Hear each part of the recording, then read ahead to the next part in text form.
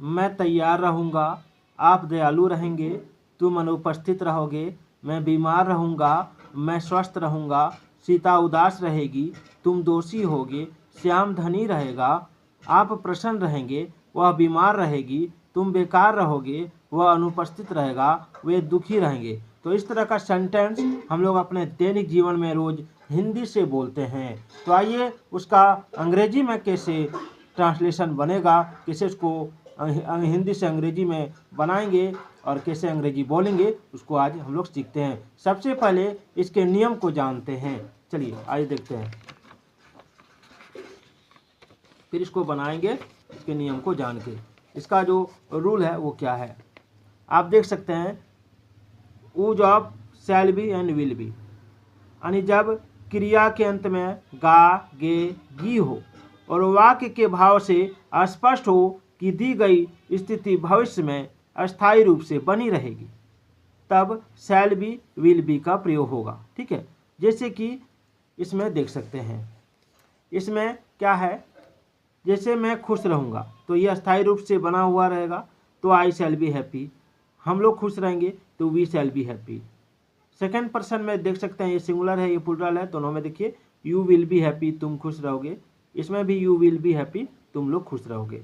आप खुश रहेंगे तो यू विल बी हैप्पी, आप लोग खुश रहेंगे तो यू विल बी हैप्पी। आप थर्ड पर्सन में देख सकते हैं,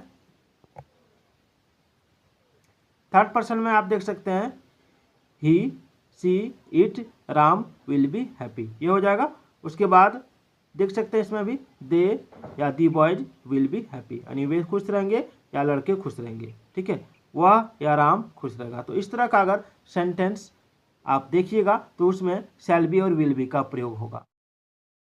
आइए हम लोग जानते हैं कि शैल का प्रयोग और विल का प्रयोग कहाँ होगा।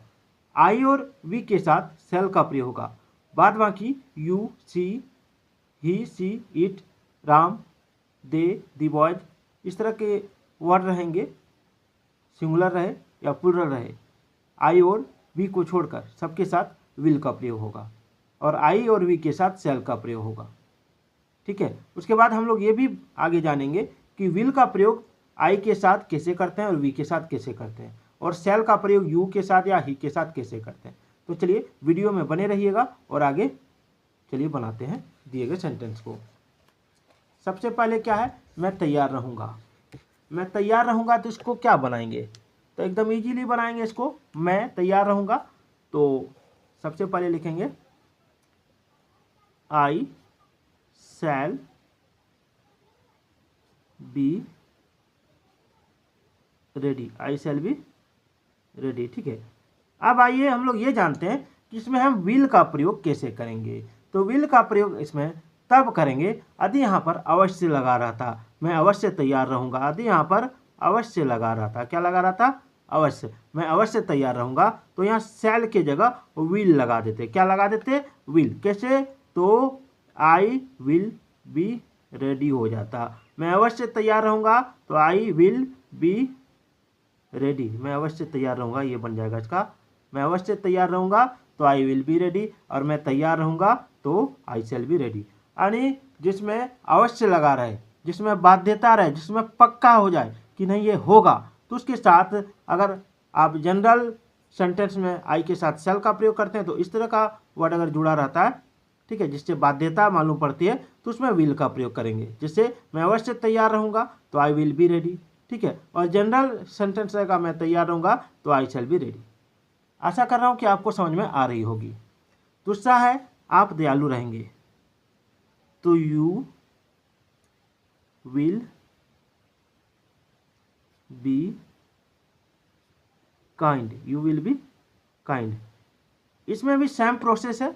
इसमें अगर यहाँ अवश्य लगा रहा था, क्या लगा रहा था, अवश्य। ठीक है, अगर यहाँ अवश्य लगा रहा था, आप अवश्य दयालु रहेंगे या होंगे, तो यू शैल बी काइंड हो जाता। ठीक है, यहाँ पर शैल लग जाता, लेकिन यहाँ पर क्या है कि आप दयालु रहेंगे तो यू विल बी काइंड। यानी कहने का मतलब क्या है, सो आपको मैं दिखाता हूँ। ठीक है, यानी प्रतिज्ञा दृढ़ निश्चय का भाव दिखाने के लिए आई और वी के साथ विल तथा you he see it they के साथ शैल का प्रयोग किया जाता है। यदि हिंदी के वाक्यों में आप कर्ता के बाद अवश्य लिखा देखें तो समझें कि उनमें प्रतिज्ञा या दृढ़ निश्चय के भाव हैं।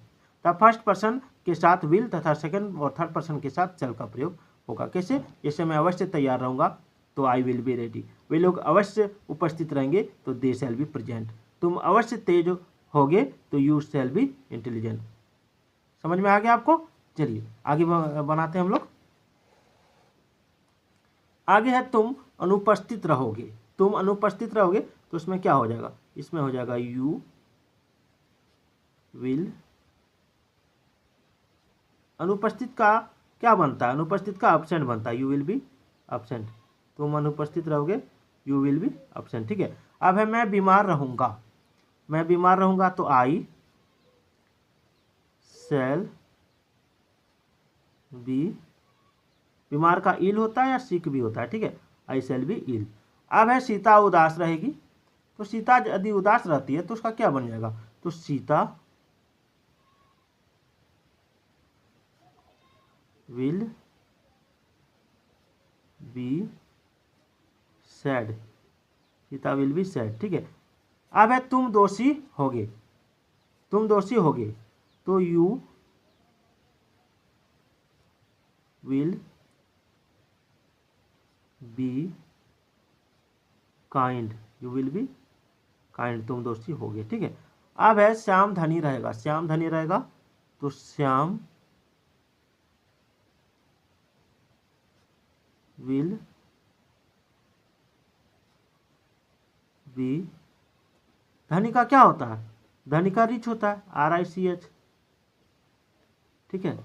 अब है आप प्रसन्न रहेंगे तो यू विल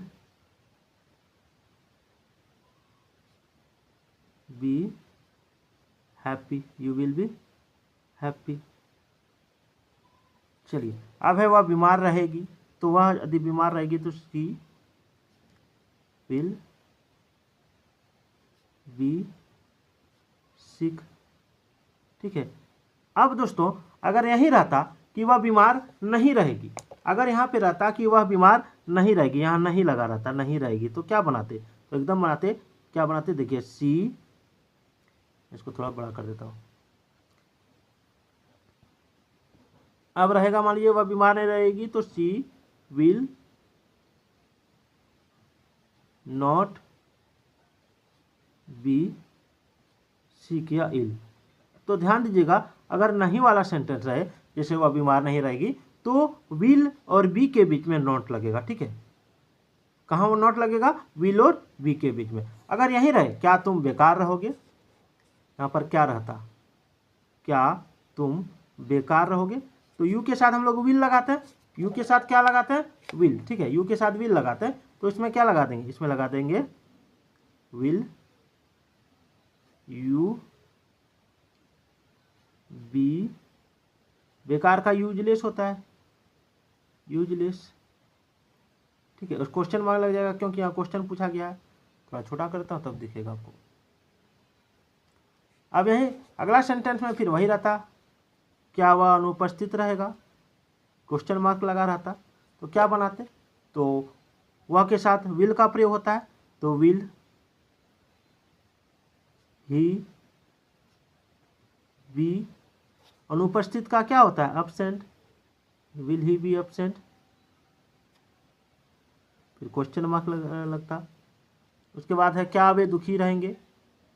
क्या वे दुखी रहेंगे, क्वेश्चन मार्क लगा है इसमें, तो वे, तो विल, वे के साथ विल का प्रयोग होता है, विल दे बी सैड। तो आज का ये वीडियो आपको कैसा लगा? एक सेंटेंस आपके लिए है कि क्या तुम भूखे रहोगे, क्या तुम भूखे रहोगे, इसका आंसर कमेंट बॉक्स में डाल दीजिएगा। तो फिर मिलते हैं अगले वीडियो में। और मैंने समझाने का कोशिश जो किया वह कोशिश आपको कैसा लगा कमेंट